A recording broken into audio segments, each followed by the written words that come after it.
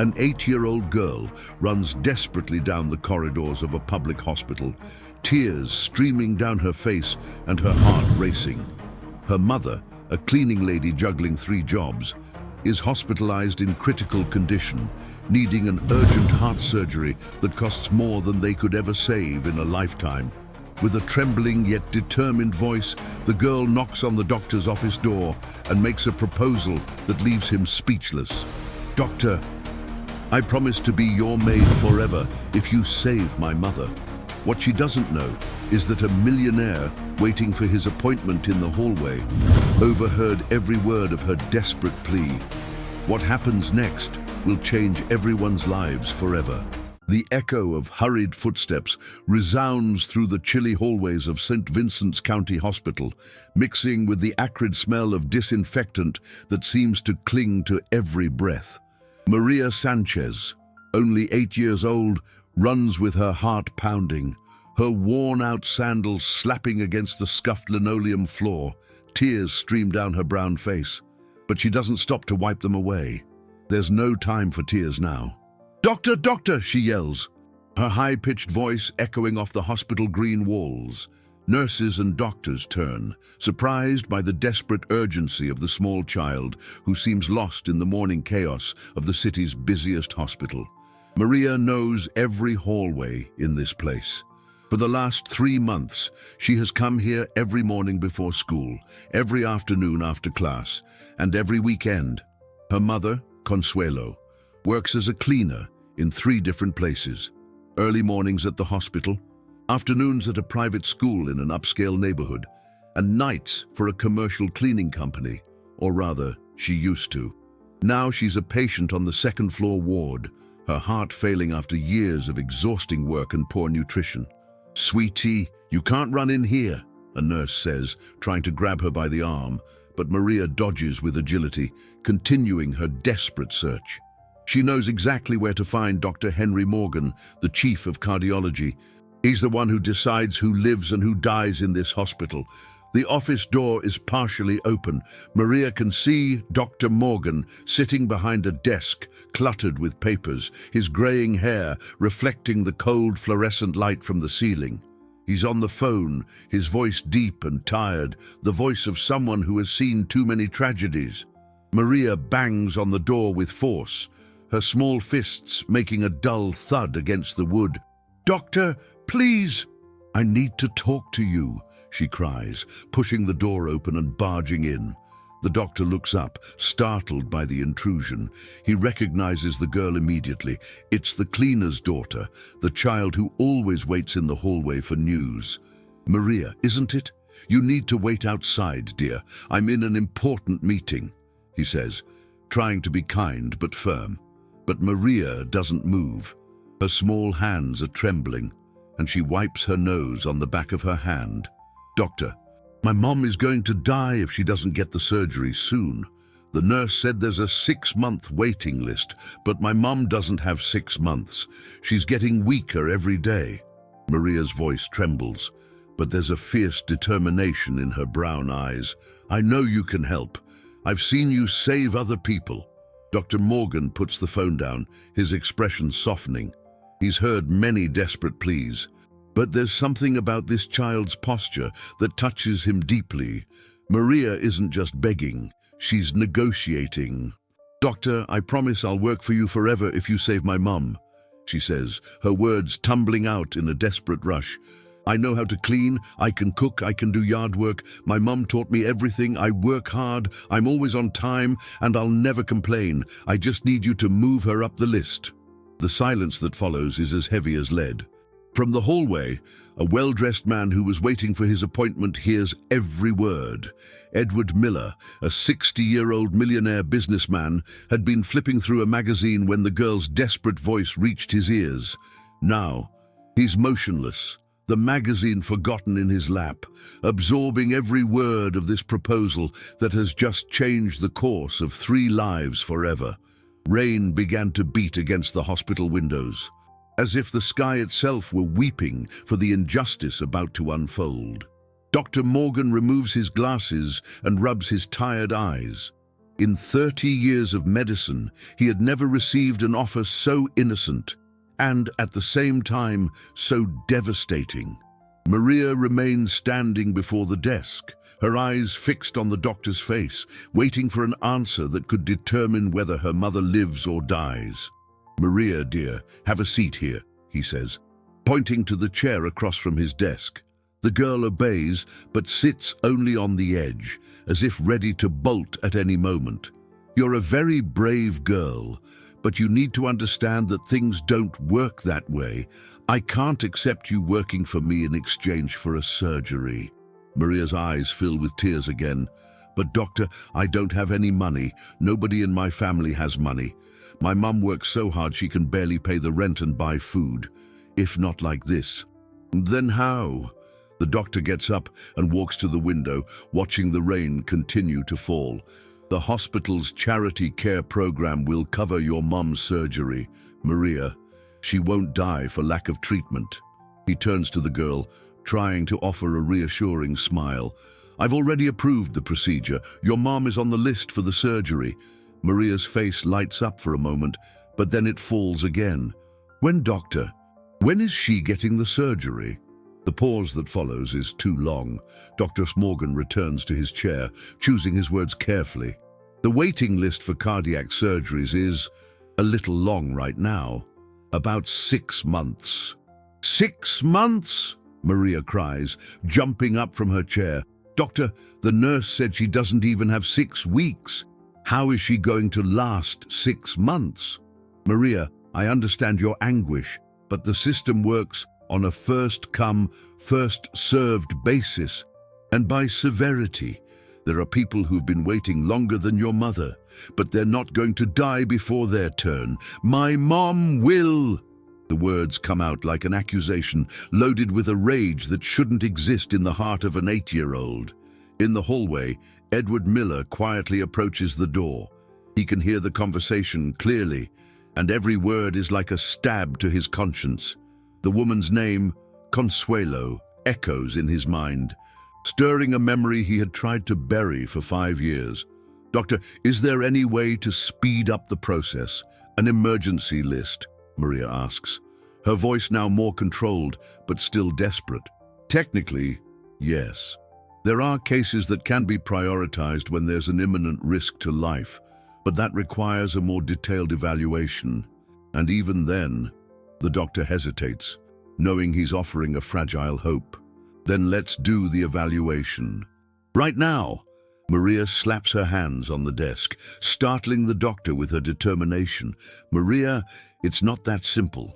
I need to consult other specialists, run additional tests that could take weeks to schedule." "Weeks my mom doesn't have," Maria whispers, her voice breaking. She sits down again, this time letting herself sink into the chair. "Doctor, I'm not stupid. I know you doctors can make things happen faster when you want to. I see it here all the time. People come in after us and get seen first." Dr. Morgan grows uncomfortable with the girl's sharp observation. "Maria, the hospital follows strict protocols.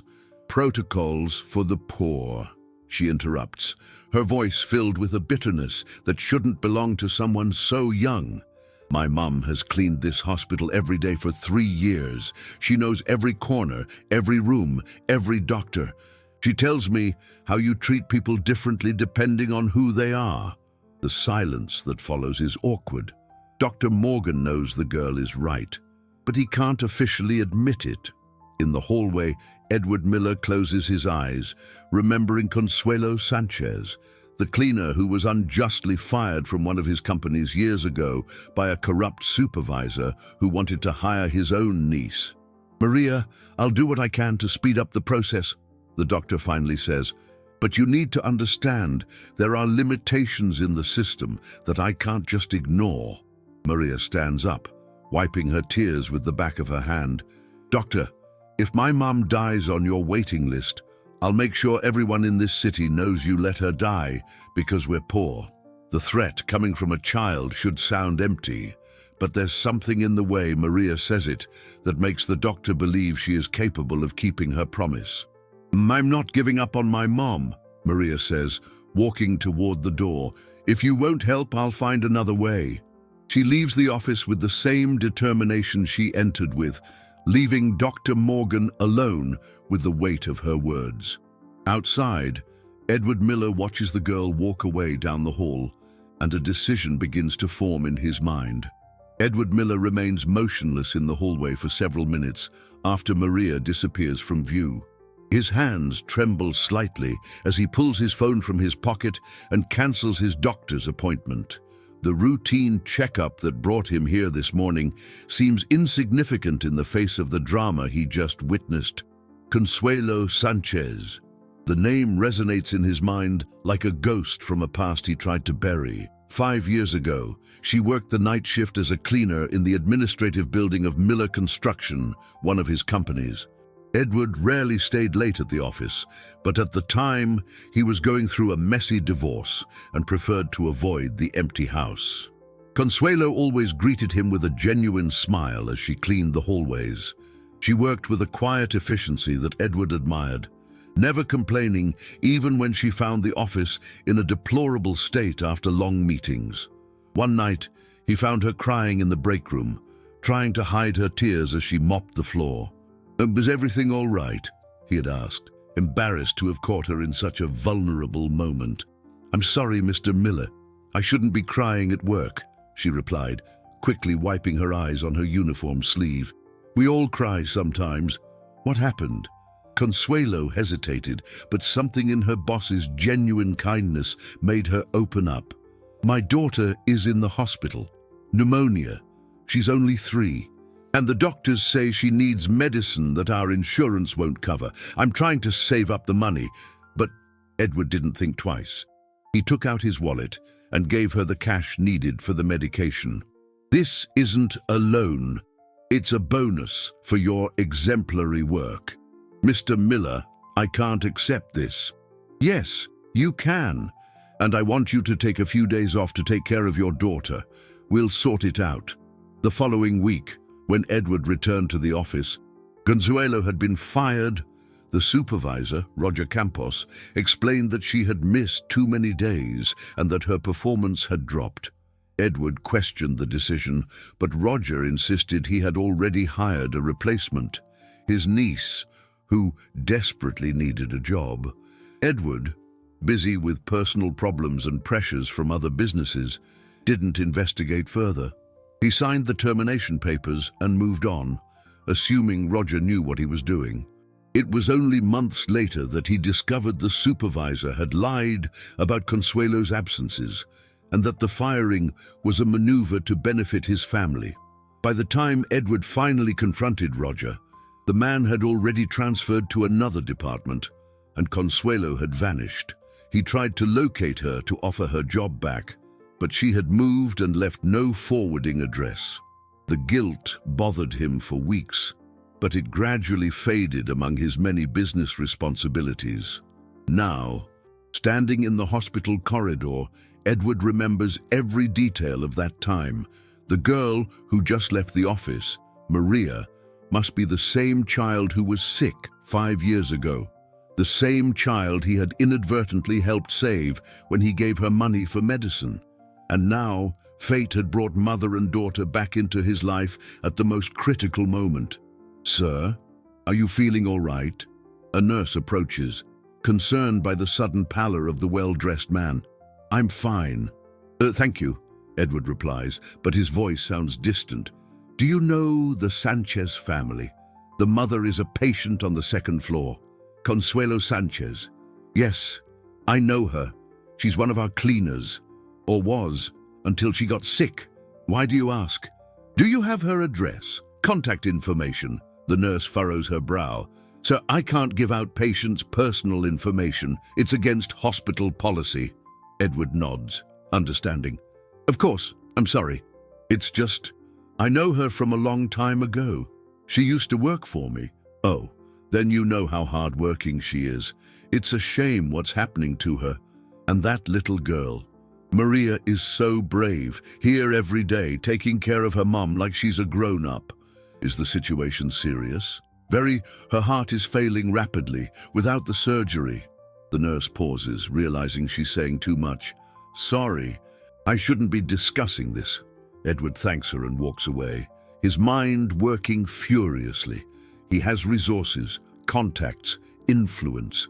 He could solve the surgery situation with a few phone calls, but something stops him from acting immediately. The memory of the wounded expression on Consuelo's face when she was unjustly fired. He needs to do more than just pay for a surgery. He needs to right a wrong he allowed to happen.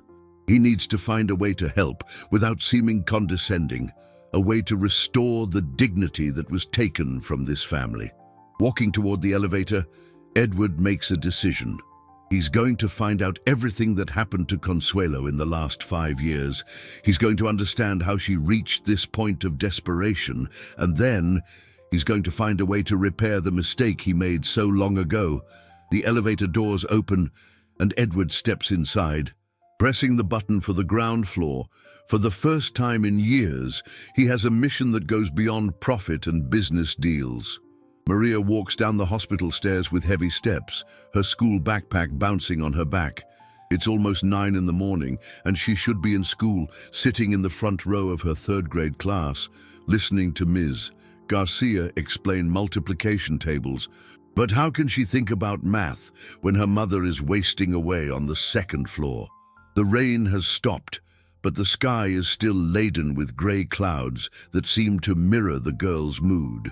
Maria walks the familiar neighborhood streets, passing the bakery where she sometimes buys day-old bread at a discount, the pharmacy where the pharmacist always asks about her mother's health, the school where she should be right now. I have to get money, she whispers to herself, kicking a loose stone on the sidewalk. If the doctors won't help, I'll have to find another way. Maria stops in front of the window of Mr. Manny's pawn shop, an old man who knows every family in the neighborhood. She's passed by here many times, but never had the courage to go in. Today is different. Today, she has no choice. The bell on the door chimes as she enters, and Mr. Manny looks up from the newspaper he was reading. Maria, what a surprise.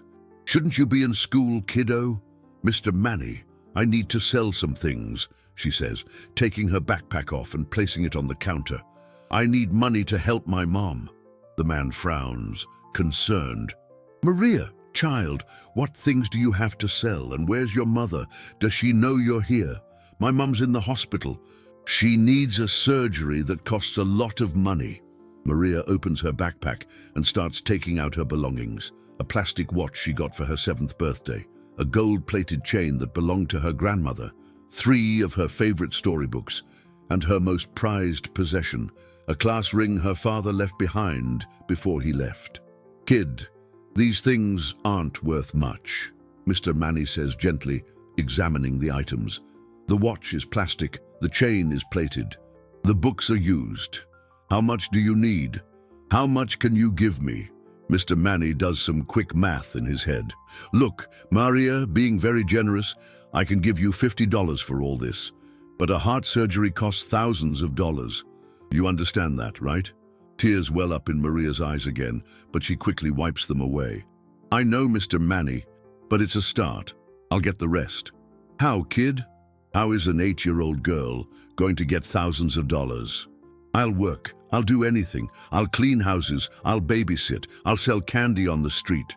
Maria, you can't work. You're a minor. And even if you could, it would take years to save up that kind of money. The reality of the man's words hits Maria like a punch to the gut. She sinks into an old chair next to the counter, holding her head in her hands. So my mom is going to die. Is that what you're saying? No, kid, that's not it. But you can't carry this responsibility alone. You're a child. I'm not a child, Maria yells, standing up abruptly. Children play with dolls and watch cartoons. I take care of my mom. I make food, I do laundry, I help with the bills. If I were a child, my mum wouldn't be dying. Mr. Manny falls silent, touched by the raw pain in the girl's voice. Maria, sit down. I'm going to tell you something. She obeys, wiping her nose on her sleeve. When I was young, my father got very sick. We were poor. We didn't have money for private doctors. I tried everything. I sold everything I had, worked 2 jobs, even thought about stealing to get money for his medicine. And what happened? My father died, not because of the doctors, not for lack of money. He died because it was his time. But you know what I learned? That sometimes, when we're desperate, angels in disguise show up. Angels don't exist, Mr. Manny. Yes, they do. They just look like regular people. It could be a doctor who decides to bend the rules, a neighbor who has an idea, or even a stranger who hears your story and decides to help. Maria shakes her head in disbelief. No one is going to help me. I only have myself. Maria, you're 8 years old. You shouldn't have to carry this weight alone. Where are your relatives? Your uncles, your grandparents? My grandma died last year. My dad left when I was 5. My mom hasn't spoken to her brothers since my grandpa died.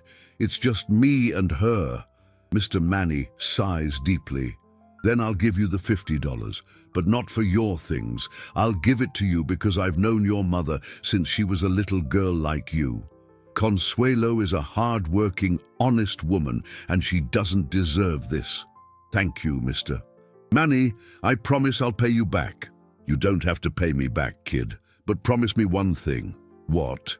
Promise me you'll accept help when it comes. Sometimes, pride can be more dangerous than poverty. Maria takes the money, stuffs it in her backpack, and heads for the door. I promise, Mr. Manny, but first, I'm going to try to solve this myself. She leaves the shop with $50 in her pocket and the weight of the world on her shoulders. She doesn't know that, at this very moment, Edward Miller is in the hospital parking lot, on the phone with his assistant, investigating everything about Consuelo Sanchez's life for the past 5 years. Edward Miller is sitting in the leather seat of his black Mercedes, parked in front of the hospital, with the phone glued to his ear. On the other end of the line, his personal assistant, Robert, reads from a detailed report he managed to compile in just 2 hours. Consuelo Sanchez, 42 years old, widowed since 2020, when her husband died in a workplace accident, Robert reports efficiently. After being terminated from our company in 2020, she worked various temp jobs. Currently, or rather, until 3 months ago, she held 3 jobs: morning cleaner at St. Vincent's County Hospital, afternoon cleaner at St. Teresa's Academy, and night cleaner for Total Hygiene Solutions.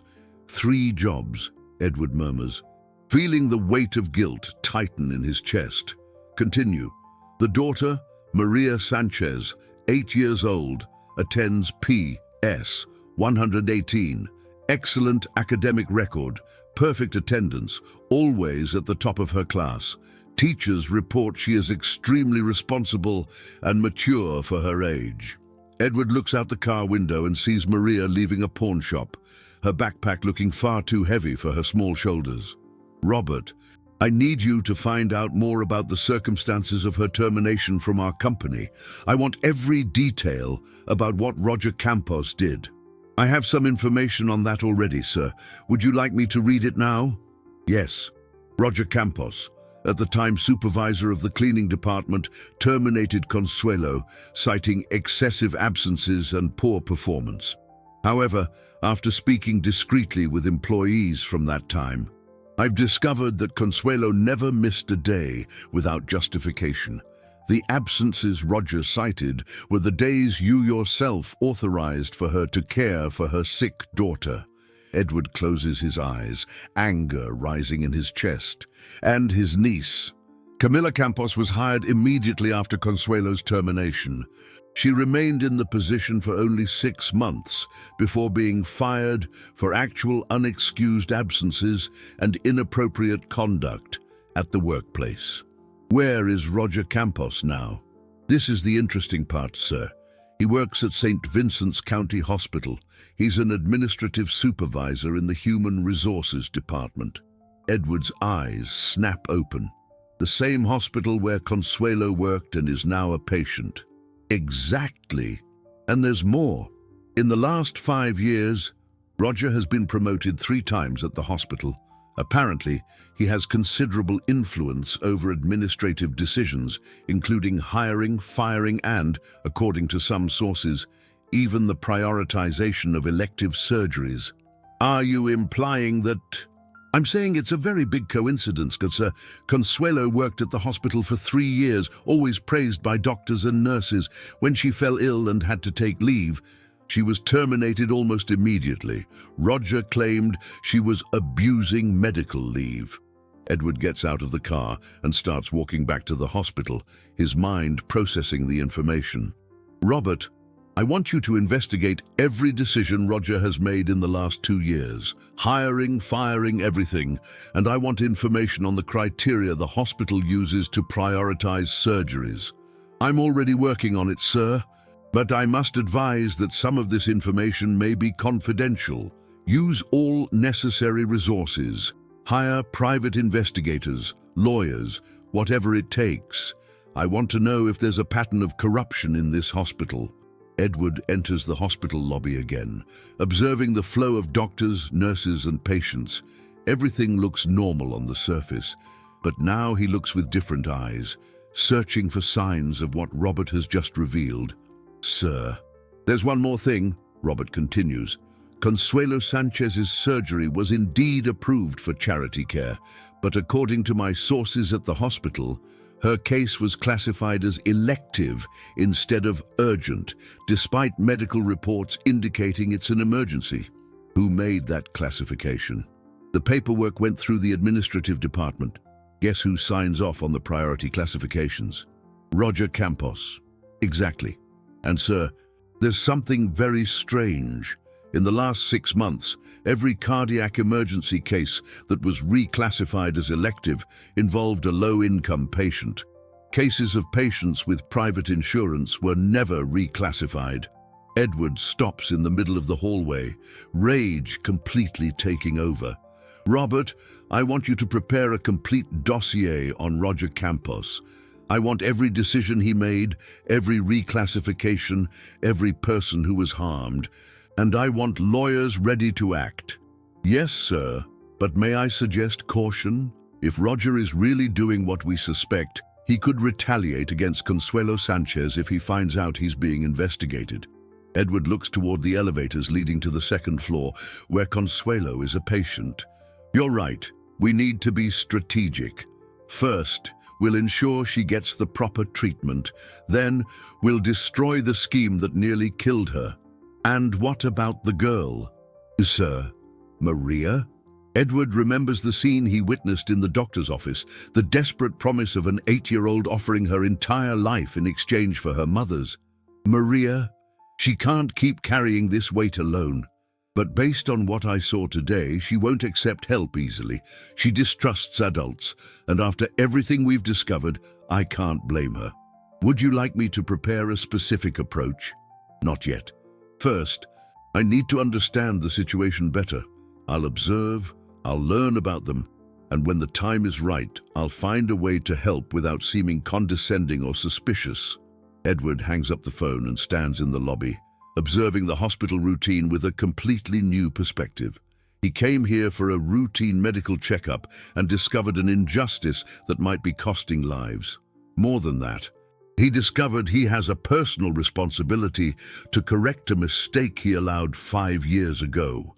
The question now is, how can a millionaire help a proud, distrustful child without destroying her dignity in the process? Maria returns to the hospital in the late afternoon, after spending the entire day trying to find ways to make money. She visited 3 shops asking if they needed help, went to 2 houses where she knew elderly people lived alone to offer cleaning services, and even tried to sell the $50 Mr. Manny gave her for $100 to tourists in the main square. Nothing worked. Now, with sore feet and a heavy heart, she climbs the stairs to the 2nd floor to visit her mother. It's visiting hours, and she knows Consuelo will be waiting for her, trying to smile despite the pain in her chest. "Mom," Maria whispers, entering the ward where her mother shares a room with 3 other patients. Consuelo is awake, looking out the window, but she turns immediately when she hears her daughter's voice. "Maria, my love, I was worried. Where were you?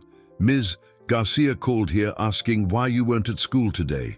Maria approaches the bed, avoiding her mother's gaze. "I was taking care of some things."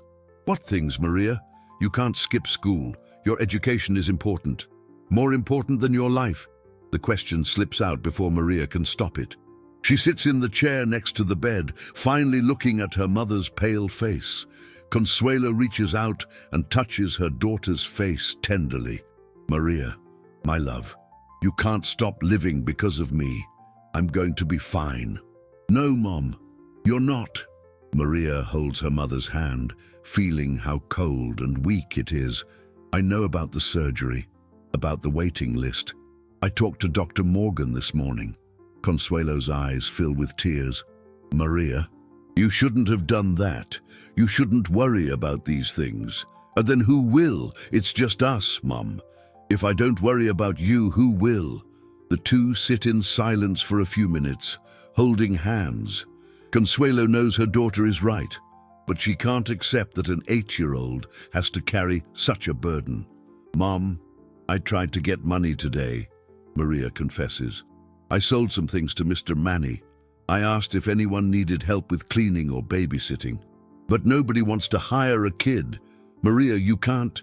"Yes, I can. I know how to work. You taught me everything. How to clean a house, how to cook, how to take care of things. I can work to pay for your surgery." "No, Maria. I don't want you to grow up too fast because of me." "Mom, I already grew up too fast. There's no turning back now." The conversation is interrupted when someone knocks lightly on the ward door. A nurse enters, followed by a well-dressed man Maria recognizes immediately. It's the same man who was in the hallway when she talked to Dr. Morgan. "Mrs. Sanchez," the nurse says, "this gentleman would like to speak with you, if it's not a bother." Consuelo frowns, confused. "I don't know this man." Edward approaches the bed, hat in hand, clearly nervous.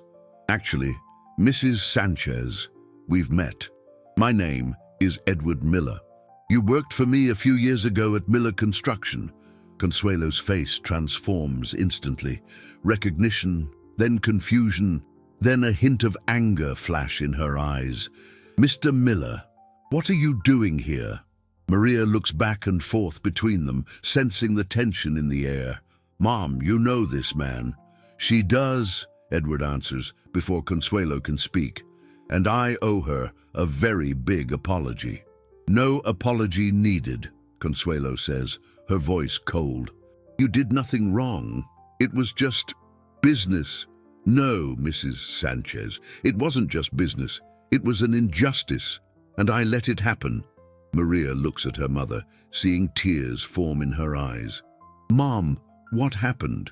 Edward pulls up a chair and sits, maintaining a respectful distance. "Maria, may I explain?" "No," Consuelo interrupts. "Mr. Miller, I appreciate the visit, but I don't want to talk about the past. Not now. Mrs. Sanchez, I know about your situation, about the surgery you need, about the waiting list, and I know I can help." Maria stands up abruptly. "We don't need your help."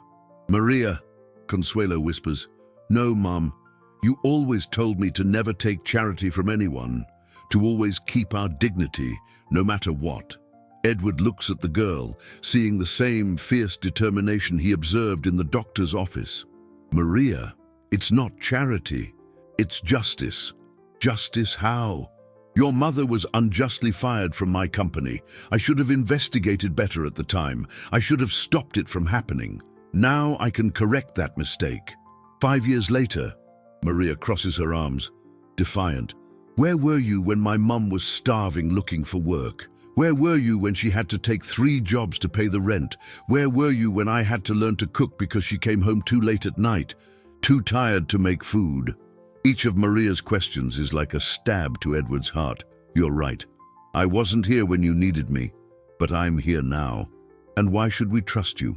The question hangs in the air, heavy and challenging. Consuelo watches her daughter with both pride and sadness. Pride for the girl's strength and dignity, sadness because she had to develop so much distrust at such a young age. Edward takes a deep breath. Because, Maria, I made a terrible mistake 5 years ago, and I can't live with that on my conscience, knowing I can do something now. And because I saw you this morning offering your entire life to save your mother. A child shouldn't have to make that kind of offer. Maria looks at him for a long moment, studying his face, searching for signs of lies or manipulation. And what exactly do you want in return? The question surprises Edward. Nothing, Maria. I don't want anything in return. Everybody wants something in return. Always. The silence that follows is broken only by the distant hum of the hospital. Edward realizes that earning this girl's trust will be much harder than simply paying for a surgery. The tense conversation in the ward is abruptly interrupted when Roger Campos enters the room without knocking, carrying a clipboard and wearing a fake smile that fools no one.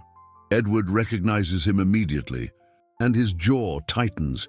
"Mrs. Sanchez," Roger says, completely ignoring Edward and Maria, "I need to talk to you about your employment status. As you know, medical leave has an expiration date, and we need to regularize some paperwork." Consuelo tries to sit up in bed, clearly uncomfortable with the man's presence.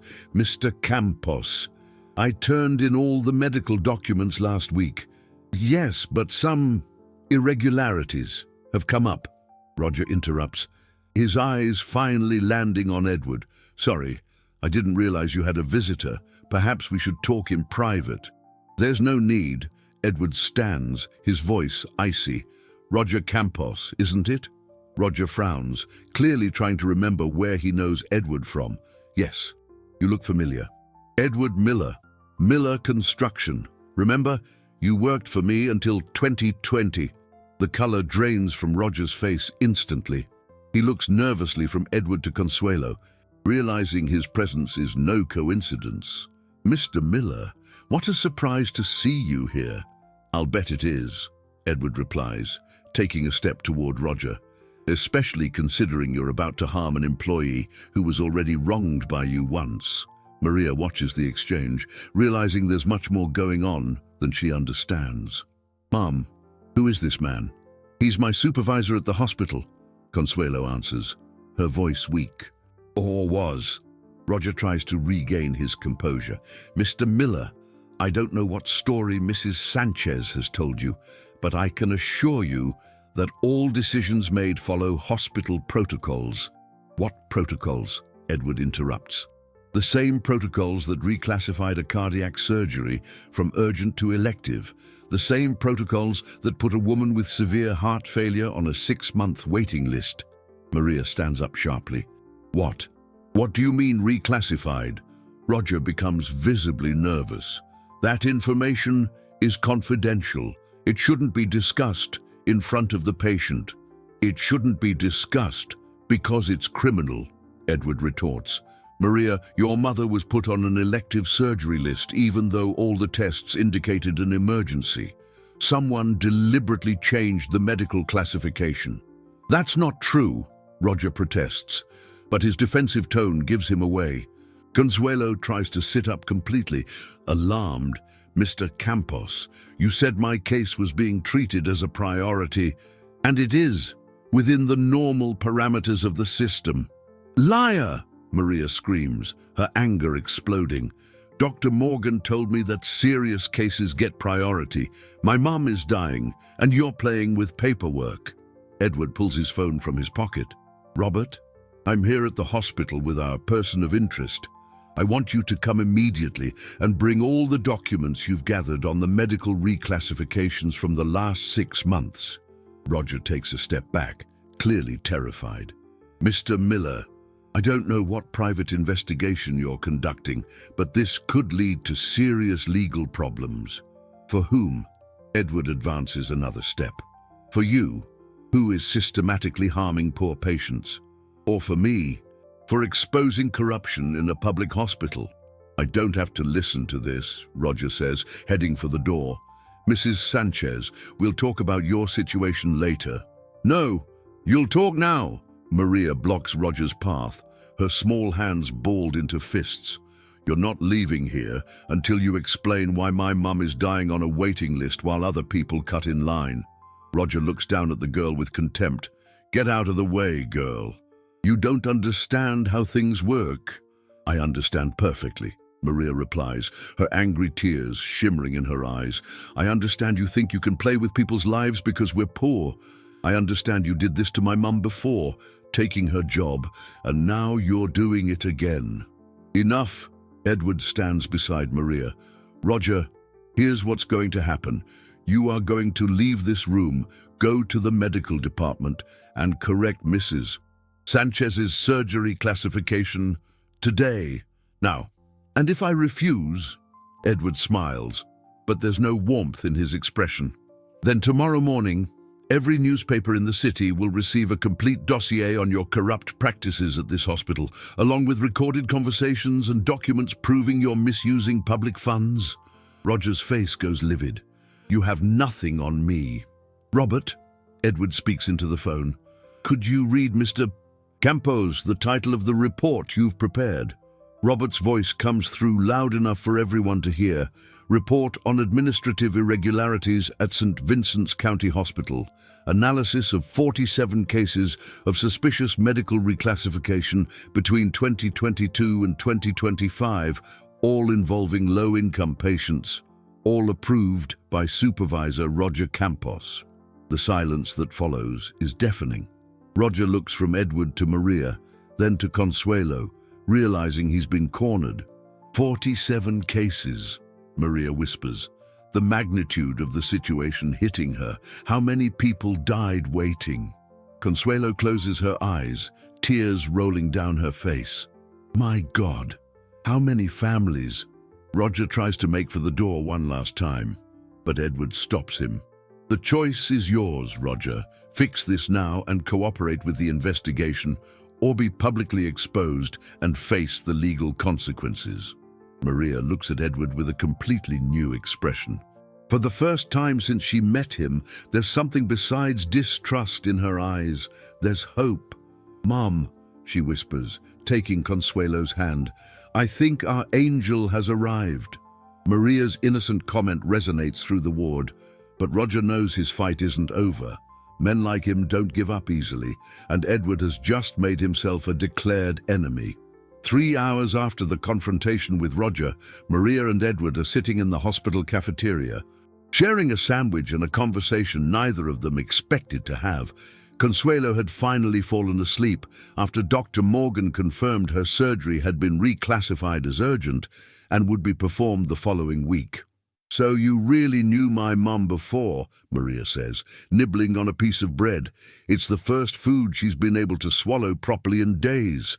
I did, and I should have paid more attention when she was fired, Edward admits, stirring his now cold coffee. Your mother was one of the most dedicated employees I've ever had. Always on time, always efficient, always kind to everyone. Why didn't you investigate back then? Edward sighs, looking down at his hands.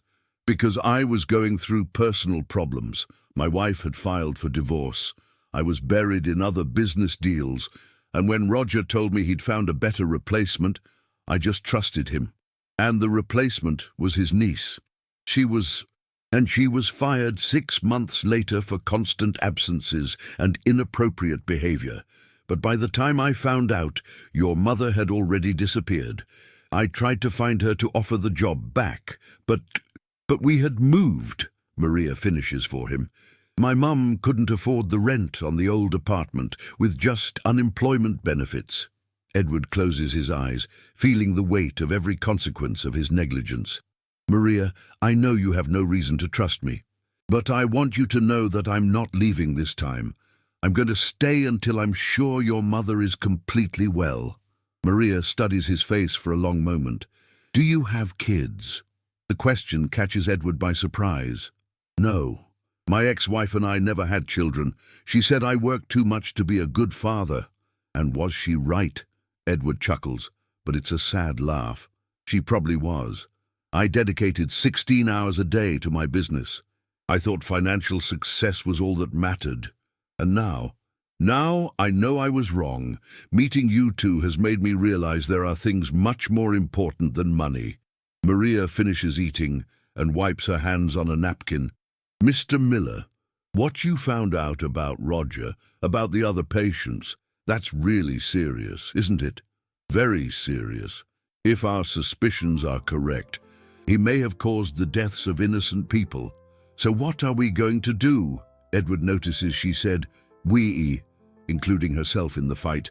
First, we're going to make sure your mother has the best possible surgery. Then, we're going to expose the whole scheme so that other families don't go through what you went through. Is that going to be dangerous? It could be. Corrupt people don't like being exposed. They might try to retaliate. Maria straightens her shoulders, adopting a determined posture that reminds Edward of a soldier heading into battle. I don't care. If we do nothing, other kids will go through what I went through this morning. Maria, you don't have to get involved in this. It's a responsibility for adults. No, she interrupts firmly. I want to be involved. I want to help. How many times do you think I've seen my mom cry because she couldn't pay the bills? How many times did I pretend to be asleep when she thought I wasn't listening to her worry about how she was going to raise me alone? Edward falls silent, touched by the girl's maturity. Other kids shouldn't have to go through this, Maria continues. If I can help stop these bad people, then I want to help. All right, Edward relents. But on one condition, you do nothing dangerous, nothing that could put you at risk. Deal, but I want to know everything. I don't want to be treated like a kid who doesn't understand anything. Edward extends his hand to Maria. Partners. Maria looks at the outstretched hand, then at Edward's face. For the first time in years, she sees an adult who isn't trying to protect her with lies or half-truths. Someone who treats her like a person capable of understanding difficult situations. Partners, she says, shaking his hand. At that moment, Edward's phone rings. It's Robert. Sir, we have a problem. The assistant's voice is tense. Roger Campos didn't just correct Mrs. Sanchez's surgery classification, he also transferred several other patients from the urgent list to different hospitals, citing overcrowding. And sir, 3 of the cases we were investigating died in the last week. Edward turns pale. He's escalating the scheme. It seems so, and there's more. Our investigators have discovered that Roger has connections with administrators at other city-run hospitals. This could be much bigger than we thought. Maria, who managed to hear part of the conversation, grabs Edward's arm. What does that mean? Edward hangs up and looks at her with a grave expression. It means we've uncovered something much worse than simple corruption. It could be an organized scheme involving multiple hospitals. And now the war has really begun, and Roger knows we're onto him. Maria gets up from her chair, a fierce determination shining in her eyes. Then we'd better get ready to fight. Edward looks at the 8-year-old girl who has just become his ally in the fight against a corrupt system that nearly killed her mother. He doesn't know whether to feel proud or worried about her courage. Maria, he says softly, are you sure you want to do this? I'm absolutely sure, she replies. My mom always taught me that when you see an injustice, you have 2 choices. Stay silent and be an accomplice, or fight and be a hero. I choose to fight. The next morning, Maria arrives at the hospital earlier than usual. She has a plan she hasn't told Edward about. She wants to investigate on her own. She knows every hallway, every room, every employee in this place. She can find out things a wealthy businessman never could. Good morning, Maria, greets Mrs. Gable, the oldest cleaner at the hospital. Is your mum doing better today? Yes, she is, Mrs. Gable. Thank you, Maria replies, but she doesn't stop walking. She's on a mission. Maria knows that Roger always arrives early and goes straight to his office on the 3rd floor. What he doesn't know is that there's a small janitor's closet next to his office, and one of the walls is so thin you can hear conversations on the other side. Her mother told her that once, complaining about how hard it was to work with the noise from the office. She climbs the stairs silently, checks to make sure the hallway is empty, and slips into the closet. It isn't long before she hears Roger's voice on the phone. "No, you don't understand the gravity of the situation," he's saying, clearly agitated. "Edward Miller has enough money and influence to destroy us all." Maria presses her ear to the wall, trying not to miss a word. "Of course I know who he is. That's why I'm worried. He's already sent investigators after our records. If they find out about the medication..." "Medication?" Maria frowns. "What medication?" "Look, I need to transfer more cases today. I want that ward half empty by tomorrow. And about those expired drugs we bought at a discount, you need to use them all before anyone finds out." Maria's heart races. Expired drugs. They're giving patients expired medicine. "I don't care if a few patients have reactions. It's better than getting caught with a stock of illegal medicine. If anyone asks, you say they were normal reactions to the treatment." Maria covers her mouth with her hands to keep from screaming. "They aren't just delaying surgeries, they're poisoning people." "And about the Sanchez girl?" "Yes, the cleaner's daughter. She's sticking her nose where it doesn't belong. Yesterday she was walking around the hospital asking questions. We need to be careful with her too." A chill of fear runs down Maria's spine. They know she's investigating. "What do you mean, careful?" "Look, I don't want to know the details, just handle it. Her mother's surgery is next week. It would be a shame if a complication were to happen during the procedure." Maria's blood runs cold. They're planning to sabotage her mother's surgery. She has to get out of there immediately and tell Edward everything. But when she tries to move, she bumps into a broom, which falls with a clatter. "What was that noise?" she hears Roger say. Maria freezes in fear. If he finds her... Never mind. Must have been the wind. As I was saying, I need you to speed everything up. I want all the problem patients transferred by Friday. And about the Sanchez surgery, we'll talk in person. Better not to discuss these things over the phone. Maria waits in silence until she hears Roger hang up and leave his office. Only then does she manage to slip out of the closet, her legs trembling with fear and rage. She runs down the hallway, nearly stumbles down the stairs, and heads straight for the lobby where she arranged to meet Edward. He hasn't arrived yet, but she can't wait. She grabs the payphone and dials the number he gave her yesterday. "Edward, it's me, Maria. I need to talk to you, urgently." "Maria, what happened? Are you okay?" "I'm not okay. I found out something terrible. They're not just delaying surgeries. They're using expired medicine on patients. And they're planning something against my mom during her surgery." "Calm down, Maria. Where are you?" "At the payphone in the hospital lobby. I hid near Roger's office and heard him on the phone. Edward, they know I'm investigating. He said I'm sticking my nose where it doesn't belong." "Maria, listen carefully. Leave the hospital right now. Go straight home and stay there until I get there. Don't talk to anyone else about this." "But my mom, your mother is safe for now. The surgery is next week, but you need to get out of there now. They might do something to you." Maria looks around and sees Roger coming down the stairs, his eyes scanning the lobby as if he's looking for something or someone. "Edward, he's here. He's looking for me." "Maria, is there a back exit from the hospital? Near the laundry room?" "Yes, there is. Go that way." "Now, I'm sending Robert to pick you up. He'll be in a black BMW parked on the back street in 5 minutes." Maria hangs up the phone and tries to walk naturally toward the back of the hospital. But as she passes the reception desk, she hears Roger call out, "Maria, Maria Sanchez." She doesn't turn. She quickens her pace, pretending she didn't hear. "Maria, I need to talk to you about your mother." Now she has no choice. If she ran, he'd know she discovered something. If she stopped to talk, she might not get away. Maria stops and turns around slowly, trying to look like an innocent child. "Hi, Mr. Campos." What is it? Where were you just now? An employee said they saw you on the 3rd floor. I was looking for the bathroom. I got lost.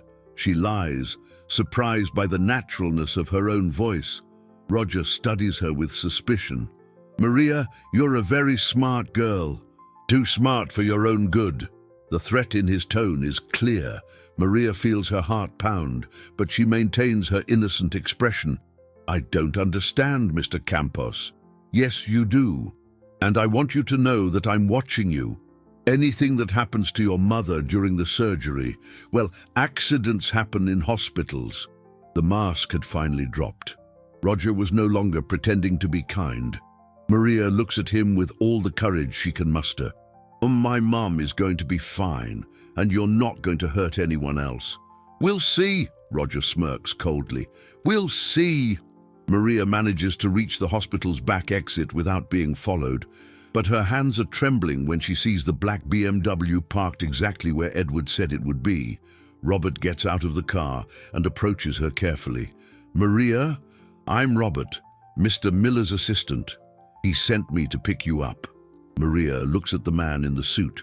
Still wary. How do I know you're really who you say you are? Robert smiles, impressed by the girl's caution. Mr. Miller said you'd ask that.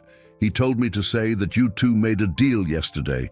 You shook hands and you called him your partner. Maria relaxes a little. Okay, but where's Edward? He's handling some urgent matters related to what you discovered. We're going to a safe place where you can talk without being disturbed. During the car ride, Maria tells Robert everything she heard, and he records every word on his phone. When they arrive at Edward's office, a glass-walled skyscraper in the city center, Maria is stunned by the size and elegance of the place. Maria! Edward stands up from his desk as she enters the room. Are you okay? You weren't hurt? I'm fine, but I'm really scared for my mom, she replies, sinking into an armchair that's bigger than her bed at home. Tell me everything again. Every detail you remember. Maria repeats everything she heard, and Edward jots down every word. When she finishes, he's silent for a few minutes, processing the information. Maria, what you've discovered is far more serious than we imagined. We're not just dealing with administrative corruption. We're dealing with people who are deliberately killing patients. And they're going to try to kill my mum during her surgery. They won't succeed, Edward says firmly. And because we're not going to let her have the surgery in this hospital. What do you mean? Edward gets up and walks to the window. Maria, I have connections at other hospitals. Private hospitals where Roger has no influence. I can transfer your mother to a safe place. But what about the other patients? Are we just going to abandon them?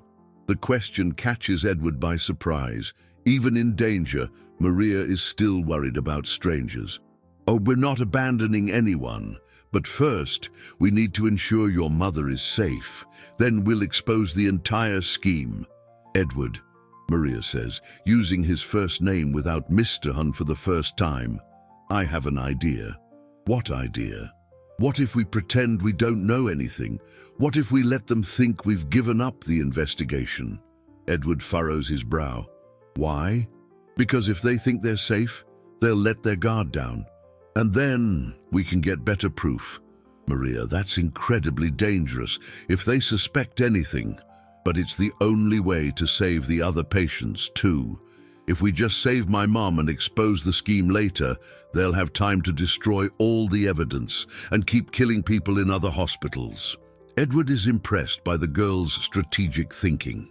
What exactly are you suggesting? That I go back to the hospital tomorrow and act like a scared kid who's given up investigating. Meanwhile, you can prepare hidden recorders and cameras to get proof. Absolutely not. I will not put you at risk. Edward, I'm already at risk. They know I know something. If I disappear now, they'll become even more suspicious. Robert, who had been listening in silence, speaks up. Mr. Miller, technically the girl is right. If she suddenly vanishes, it could accelerate their plans against Mrs. Sanchez. You're both insane if you think I'm going to use an 8-year-old girl as bait. Not as bait, Maria corrects him. As a spy, I know the hospital better than any adult. I know where they keep the medications. I know which nurses are honest and which ones are accomplices. I know everyone's schedules. Edward paces the room, clearly conflicted. Hugum, what if they try to do something to you? They won't try anything during the day, with so many people around, and I can carry one of those emergency devices you mentioned. Maria, your mother would never forgive me if something happened to you, and I'll never forgive myself if other kids go through what I went through because we did nothing. The silence in the room is heavy. Edward looks at Maria and sees in her a determination that rivals that of any adult he's ever met. If we do this, he says finally, it has to be my way, with every safety precaution I demand. Deal. And if at any moment I say it's over, you stop. No arguments. Deal. Edward takes a deep breath. Robert, contact our technicians.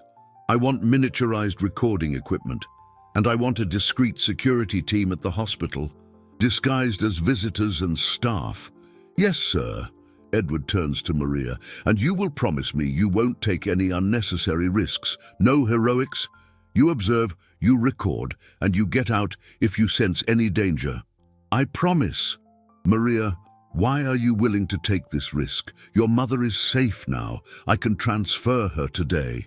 Maria is silent for a moment, gathering her thoughts. Because when I was in that closet listening to Roger talk about expired medicine, I thought about all the kids who are in the hospital rooms right now.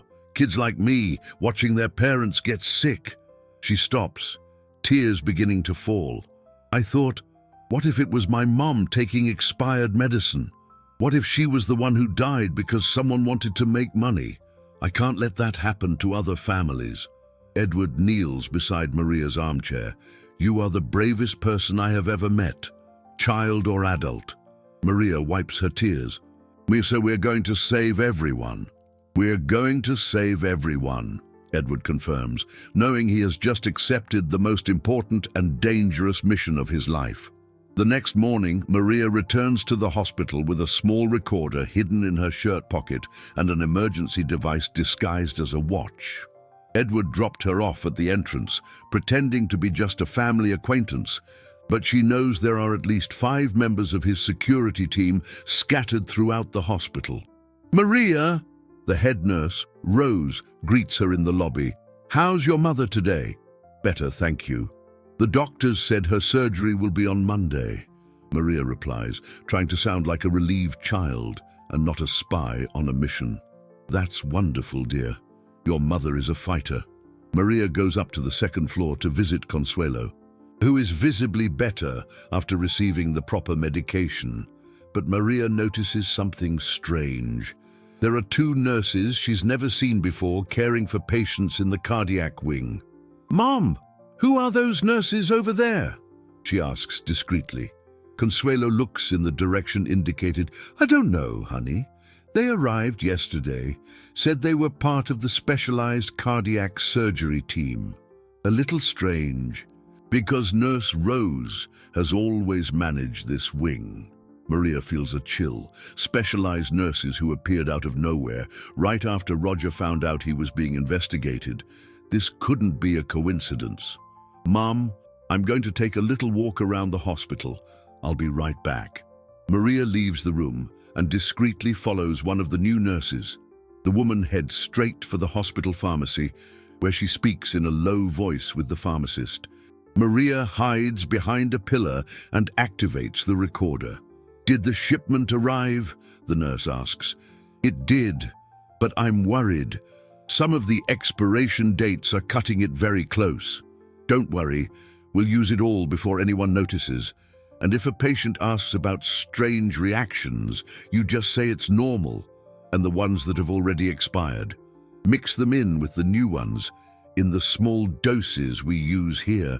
It's hard to notice a difference in efficacy. Maria claps a hand over her mouth to keep from gasping in horror. They really are using expired medicine on purpose. The nurse continues. Roger said we have to speed everything up, especially with the patients who are drawing too much attention. The Sanchez surgery, for example. What about her surgery? It's going to have a few complications. Nothing that can be traced back to us. Of course, Maria's blood runs cold. They are really planning to sabotage her mother's surgery. Maria quietly backs away and heads for the restroom, where she calls Edward. "I got the recording," she whispers. "They confirmed everything. Expired medicine mixed with new, and they're planning to do something during my mom's surgery. Maria, get out of there now." "Not yet. I need to find out where they're storing the expired drugs. If we have physical proof..." "Maria, this is enough. We have recordings, we have witnesses. But they'll deny everything and say the recordings are fake. We need proof. That can't be disputed." Edward is silent for a moment. "Where do you think they're keeping them?" "There's a storeroom in the basement that my mom always used to clean. She said it's locked, and only Roger and the pharmacist have a key." "Maria, no. You are not going to the basement alone." "I won't be alone. One of your security people can come with me." "How will you recognize who's on my team?" "You said one of them is a woman with short hair disguised as a visitor. I'll ask her for help finding a room, and she'll know it's me." Edward sighs, knowing Maria won't back down. "Fine. But you go in there, you get a sample of the expired meds, and you leave immediately. No further investigation. Deal." Maria leaves the restroom and looks for the short-haired woman Edward described. She finds her near the reception desk, looking at a piece of paper as if she's lost. "Excuse me?" Maria approaches. "Are you looking for someone?" The woman looks at her and understands immediately. "I am. I'm looking for the room where they keep the special medications. I can show you the way." The two go to the elevator and ride down to the basement. The hallway is darker and quieter than the rest of the hospital. Maria leads the security agent to a door marked "Storage, Restricted Access." "The door's locked," the agent whispers. Maria smiles. "My mom taught me a few useful things." She pulls a bobby pin from her hair and, to the agent's surprise, picks the simple lock in under a minute. "Where did you learn to do that?" "My mom worked as a cleaner in a lot of places. Sometimes keys got lost and she had to improvise." They enter the storeroom and turn on their phone flashlights. What they see horrifies them. Dozens of boxes of medicine with expiration dates from months or even years ago. "My God," the agent whispers. "Some of these expired in 2022. Maria picks up a few boxes and reads the labels. Heart medication, blood pressure pills, antibiotics. They're killing people slowly. The agent takes samples from several different boxes, photographs everything, and places the evidence in a special bag. "Okay, now let's go." But as they reach the door, they hear voices in the hallway. "I'm sure I locked this door yesterday," a man's voice says. "It's the pharmacist." "And I'm sure I saw that girl snooping around where she shouldn't be," another voice replies. "It's Roger." Maria and the agent exchange a look. They're trapped. "Is there another way out?" the agent whispers. Maria thinks quickly. "There's an emergency exit that leads to the employee parking lot, but it's on the other side of the storeroom." The voices are getting closer. They have to move now or they'll be discovered. "Maria," the agent whispers, "whatever happens, you stay behind me. Understand?" Maria nods, but deep down she knows that if they're discovered, it won't just be her safety at risk. It will be her mother's life and the lives of all the other innocent patients in the hospital. Maria and the security agent move silently toward the emergency exit at the back of the storeroom. But the sound of the main door being unlocked freezes them in place. Roger enters first, followed by the pharmacist and the fake nurse Maria overheard earlier. "I knew it," Roger says, his voice laced with cold fury. "And I knew that meddling little girl was sticking her nose where it didn't belong." Maria and the agent hide behind stacks of boxes, but the storeroom is too small to hide in for long. "Roger, if anyone finds out we're here..." The pharmacist begins nervously. "No one will find out, especially after we solve the Sanchez family problem once and for all." The agent whispers in Maria's ear.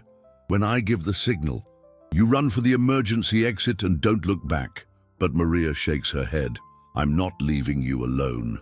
Maria Sanchez, Roger suddenly yells. I know you're in here. Come out from wherever you're hiding.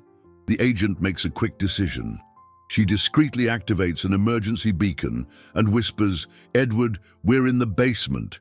Critical situation. Very well, Roger continues, walking between the stacks of boxes. If you don't come out, I'll make sure your mother's surgery tomorrow has a few unexpected accidents. The direct threat against her mother makes Maria lose her cool. She stands up from her hiding place, her eyes blazing with anger. You won't lay a finger on my mother. Maria, no! The agent tries to pull her back, but it's too late. Roger smiles coldly. Ah, finally. And who's your little friend? Another private investigator from your rich godfather.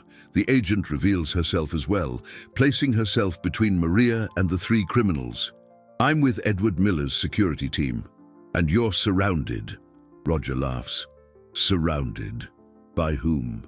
We're in a hospital basement. No one comes down here. At that moment, Maria remembers something her mother always told her. When you're cornered, use your wits, not your strength. Mr. Campos, she says, forcing her voice to sound calm. Do you want to know what else I found out? Maria, don't say anything, the agent whispers. But Maria ignores the warning. I know about the other hospitals. I know about the doctors you bribe. I know about the families who lost relatives because of your expired medicine. Roger's face pales. You don't know anything. I know about a Mrs. Fernandez who died at St. Joseph's Hospital after taking expired antibiotics. I know about a Mr. Silva who had cardiac complications at Central General after receiving tainted medication. Maria is making up names, but the guilty look on Roger's face confirms her strategy hit the mark. How do you know those names? The pharmacist asks, clearly terrified. Because I'm not just a curious kid, Maria bluffs with conviction. I'm part of a much larger investigation. And everything you say or do in here is being recorded and broadcast live. Maria holds up her fist, showing the watch Edward gave her. This device isn't just an emergency button. It's a camera that's streaming everything to Edward's lawyers and the police. That's a lie, Roger says, but his voice trembles. Is it? Why don't you test it? Do something to me or my mom and see what happens. Maria's bluff is working. The three criminals look at each other. Uncertain, at that moment, Roger's phone rings. He answers nervously. Roger, did you see the news? A voice on the other end yells, loud enough for everyone to hear. The feds are raiding all the city hospitals. There are cruisers in front of St. Joseph's and Central General. Roger's face turns ashen. Maria smiles, realizing Edward must have pulled all his strings at once. You, Roger looks from Maria to the agent. You planned all this? We did, Maria confirms, even though she knew nothing about any police operations. And now you have two choices. Turn yourselves in and cooperate with the investigation, or try to run and be arrested as fugitives. The fake nurse is already backing toward the door. Roger, I didn't sign up for this. I just altered some paperwork. I didn't know people were dying. Get back here, Roger yells, but the woman runs out. The pharmacist is backing away too. Roger, it's over. We have to accept that it's over. Maria hears the sound of footsteps in the hallway. A lot of footsteps. Maria! Edward's voice echoes through the basement. Maria, where are you? Here, Edward, in the storeroom. Seconds later, Edward bursts into the storeroom, followed by federal agents and his security team. Roger looks around and realizes it's truly over. Maria! Edward rushes to her, checking to see if she's okay. Are you hurt? I'm fine, and we got everything, the recordings, the proof of the medicine, confessions about other hospitals. The lead federal agent approaches Roger. Mr. Campos, you're under arrest for conspiracy, negligent homicide, bribery, and trafficking of expired medications. As they lead a handcuffed Roger away, he looks at Maria one last time. You don't know who you're messing with, kid. This isn't over. Yes, it is, Maria replies with a firmness that impresses every adult present. Because now, everyone knows who you are. Edward kneels beside Maria. You were incredibly brave and incredibly reckless. But it worked. It worked, he confirms, hugging her. Now let's take care of your mom and all the other patients who were harmed by this scheme. Maria looks at the boxes of expired medication being collected as evidence and feels, for the first time in months, that her mother is truly safe. More than that, she feels she has managed to protect many other families from going through the same nightmare she lived. 2 weeks after Roger's arrest and the dismantling of the corruption ring, St. Vincent's County Hospital feels like a completely different place. Consuelo is recovering perfectly from her heart surgery, which was performed by an elite medical team. Edward flew in from the Mayo Clinic specifically for the procedure. Mum, how are you feeling today? Maria asks, adjusting the pillow behind Consuelo's back. The private room where her mother is recovering is a world away from the overcrowded ward where she was before. I feel like I've been given a new life. My daughter, Consuelo replies, holding Maria's hand. And it's all thanks to your courage. It wasn't just my courage. It was Edward who had the resources to make it all happen. But it was you who had the bravery to face dangerous people, to protect not just me, but other families too. Edward enters the room carrying a bouquet of flowers and a newspaper. Good morning, ladies. How's our hero today? Edward, you don't have to bring flowers every day, Consuelo protests gently. Yes, I do. It's the least I can do. Edward sits in the chair beside the bed. And I have good news.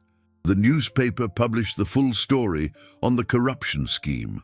Maria takes the paper and reads the headline aloud. Operation Clean Sweep busts ring, responsible for dozens of deaths in city hospitals. Her eyes fill with tears as she sees a photo of herself next to Edward on the front page, with the caption, 8-year-old exposes corruption, saves lives. Do you see how many people you helped? Consuelo says, pointing to the numbers in the paper. 47 cases of improper reclassification, over 200 patients who received expired medication, 5 hospitals involved in the scheme. And most importantly, Edward adds, 15 people have already been arrested, including doctors, administrators, and corrupt suppliers. Maria keeps reading. Listen to this, Mom. The investigation has resulted in the creation of a new transparency protocol for public hospitals, which will be implemented statewide. The protocol, named the Maria Sanchez Act, requires a monthly independent audit of medications and elective surgeries. They named the law after you, Consuelo asks. Moved. It was the governor's idea, Edward explains. He said a child who had the courage to stand up to a corrupt system deserves to be remembered forever. Maria is quiet for a moment, processing the information. Edward, does this mean other kids won't have to go through what I went through? Exactly. And there's more.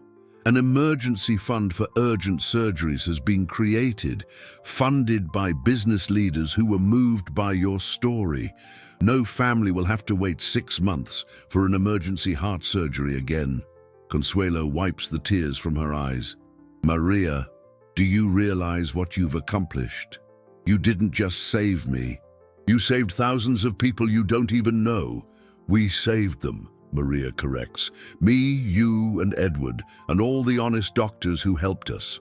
Dr. Morgan enters the room to do Consuelo's daily checkup. Good morning, everyone. How's my favorite patient? Doctor, when can my mom go home? Maria asks. If she keeps recovering at this pace, maybe by the end of the week, he replies, checking Consuelo's vitals. Her heart is responding perfectly to the treatment. And will she be able to work normally, with some initial limitations? But yes, in fact, I have a proposal for you too. Edward smiles. Let me guess, is this about what we discussed yesterday? Exactly. Maria, how would you like it if your mother came to work here at the hospital, but this time as the supervisor of the cleaning staff, with a fair salary, full health benefits, and a schedule that allows her to take you to and from school every day? Maria looks at her mother, who is dumbfounded. Mom, does that mean you won't need 3 jobs? It means she'll work 8 hours a day, have weekends off, and earn more than she did with all 3 jobs combined, Edward adds. But why are you doing this? Consuelo asks. I've already caused enough trouble. Mrs. Sanchez, Dr. Morgan says gently, you didn't cause any trouble. On the contrary, your daughter helped clean up this hospital. Now we want people of integrity working here. Maria hugs her mother. Say yes, Mom. Then you can take care of me properly, and I can help you take care of the hospital. Help how? Edward asks, curious.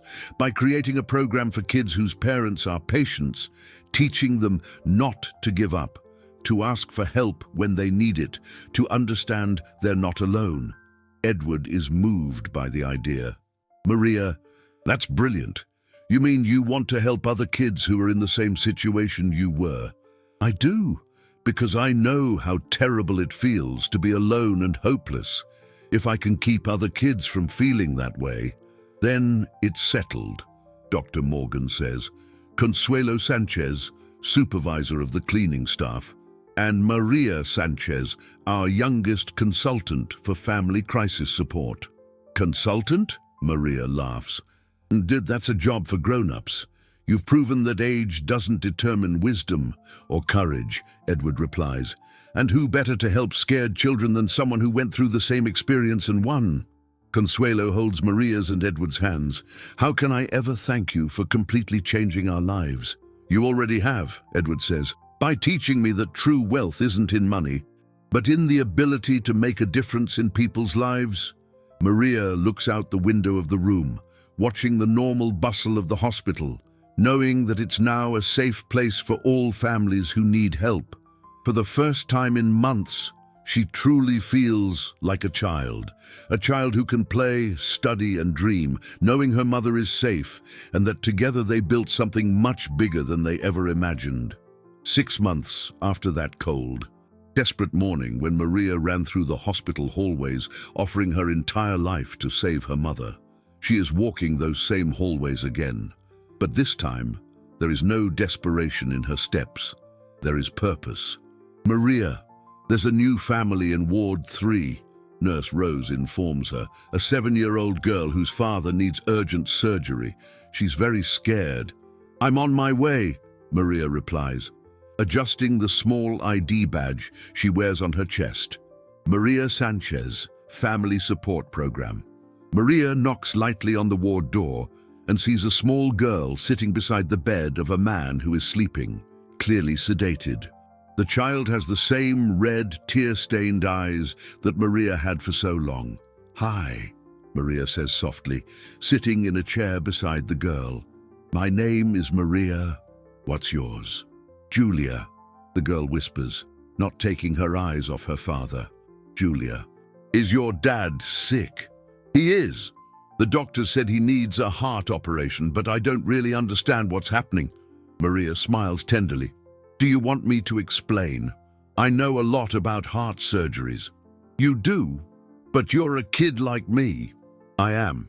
But 6 months ago, it was my mom who was in this bed, needing the same surgery as your dad. Julia finally looks at Maria, interested. And what happened to her? She had the surgery and got all better.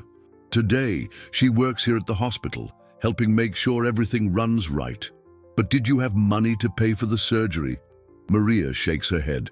We didn't have any money at all. It was just me and her, like you two. But you know what I learned? What? I learned that when you're facing something really hard, you don't have to face it alone. There's always someone willing to help, even when it feels like there isn't. Julia wipes her nose on her sleeve. My aunt said everything will be okay, but I saw her crying on the phone yesterday. I don't think she has money either. Julia, can I tell you a secret? The girl nods. When my mum was sick, I offered to be the doctor's maid forever if he saved her. I was so desperate, I thought I had to trade my whole life for hers. Did it work? It didn't have to, because an angel in disguise showed up and helped us. And you know what else? He taught me that accepting help isn't a weakness, it's smart. At that moment, Edward enters the ward carrying a teddy bear and a warm smile. Maria, I found you. And who is this young lady? Edward, this is Julia. Julia, this is Edward. He's my angel in disguise. Edward laughs and offers the teddy bear to Julia. Hello, Julia. I heard your father needs a surgery. Julia takes the bear shyly. He does, but we don't have any money. Good thing you don't need any, Edward replies. Ever since Maria taught me about courage and justice, we created a special fund for families just like yours. Your father will have the surgery, and it won't cost you a thing. Really? Julia asks, her eyes filling with hope. Really? Maria confirms. And I'm going to stay here with you through the whole process, explaining everything that happens. So you won't be scared like I was. Consuelo appears at the doorway, wearing her new supervisor's uniform. Maria, honey, it's time for lunch. Mum, this is Julia. We're going to take care of her, just like people took care of us. Consuelo comes closer and gently touches Julia's head. Of course we will, my love. Julia, you'll see that this hospital is now a place where families like ours are treated with all the care they deserve. Maria, Julia asks, or do you think I'll be as brave as you were? You're already being brave, Julia. Being here, watching over your dad, not giving up, that's courage. And what if I get scared? If you get scared, you call me, or you call my mom, or Edward, or anyone on our team, because now you're not alone anymore. Edward watches Maria talking to Julia and remembers the desperate girl he met 6 months ago. The transformation is complete, from a frightened child to a young mentor, from a victim of the system to a reformer of society. Maria, he says, do you remember the promise you made to Dr. Morgan on the first day we met? I remember. I offered to be his maid forever. Well, in a way, you're fulfilling that promise. Except now you're not a maid. You're a partner in the mission to take care of people. Maria smiles, holding Julia's hand. Edward, you know what the best part of all this is? What's that? I discovered that when you help other people not to give up, you never give up either. And when you teach other people to have hope, your own hope gets stronger. Consuelo hugs her daughter. And that's why you're my hero, Maria. Not just because you saved my life, but because you turned your pain into a way to heal the pain of others. Julia looks at Maria with admiration. When I grow up, I want to be like you. You already are like me, Julia. You just have to believe in yourself. Edward looks out the ward window and sees the sun shining over the city, illuminating a hospital that now represents hope instead of despair. Maria has transformed not only her own life and her family's, but also the reality for hundreds of other families who will never again have to face injustice alone. The girl who once offered her freedom to save her mother found, in her generosity, a much greater freedom, the freedom to make a difference in the world.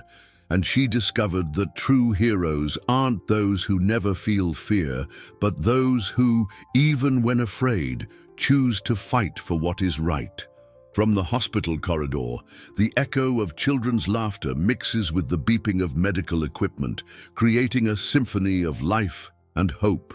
Maria Sanchez is no longer just a child who survived a tragedy. She is a young woman who has turned her experience into a source of strength for all who know her.